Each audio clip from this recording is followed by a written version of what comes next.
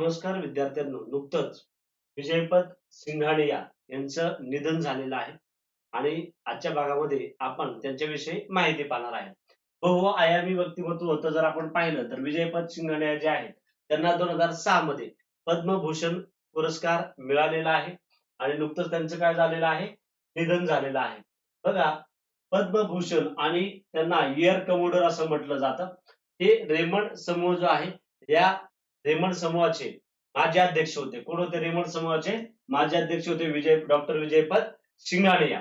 जर आपण पाहिलं तर मुंबईचे शेरीफ हे जे पद आहे ते पद 1980 मध्ये त्यांना देण्यात आलं होतं. मुंबईचे शेरीफ हे पद देण्यात आलं होतं आणि त्यांच्या आत्मचरित्राचं जे नाव आहे अॅन इनकम्प्लीट लाईफ हे त्यांचं आत्मचरित्र आहे, जे आपल्या परीक्षेच्या दृष्टीने काय आहे, महत्वाचं आहे. याच्याविषयी आजच्या भागामध्ये आपण माहिती पाहणार आहे. बघा, त्यांचं पूर्ण नाव विजयपत लाला कैलाशपत सिंघानिया. 1938 ते 2026. 1938 चा त्यांचा जन्म आहे. 2026 मध्ये त्यांचं काय झालेलं आहे, निधन झालेलं आहे. रेमंड समूह 1944 मध्ये ईडी सॅमसंग कंपनीकडून त्यांनी काय केलं होतं, ते खरेदी केलं होतं आणि 1980 मध्ये ही जी रेमंड कंपनी आहे या रेमंड कंपनीची त्यांनी धुरा सांभाळली होती. हॉट एअर बलून विक्रम. तर बघा, 2005 मध्ये म्हणजे वयाच्या 67व्या वर्षी त्यांनी मुंबईवरून 21,027 मीटर म्हणजेच किती, 69,000 फूट उंची गाठून काय केला होता रे, जागतिक विक्रम केला होता. 69,000 फूट उंची गाठून त्यांनी काय केला होता, त्या बलूनद्वारे जागतिक विक्रम केलेला आहे.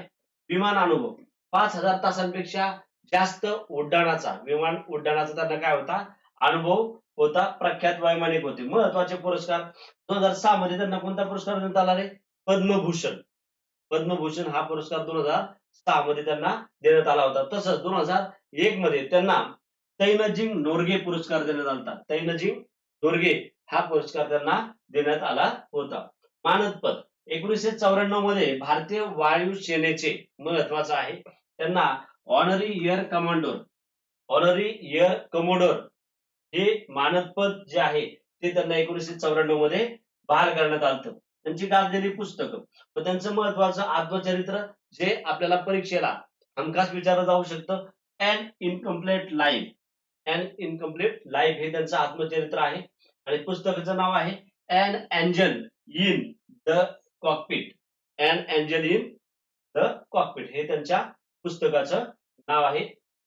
पुढे महत्वाचं त्यांचं विमान क्षेत्रातील जर आपण योगदान पाहिलं तर केवळ डॉक्टर सिंघानिया हे उद्योगपती नव्हते, तर एक धाडसी वैमानिक होते. मी सांगितल्याप्रमाणे त्यांनी 69,000 फूट उंची गाठून काय केला होता, बलून मधून जागतिक विक्रम केला होता. तसंच 5,000 तासांपेक्षा विमान उड्डाणाचा त्यांना काय होता, मोठा अनुभव होता आणि त्यामुळं त्यांना एअर कमोडोर म्हणून मानद नौदलाने ही काय दिली, पदवी दिली होती.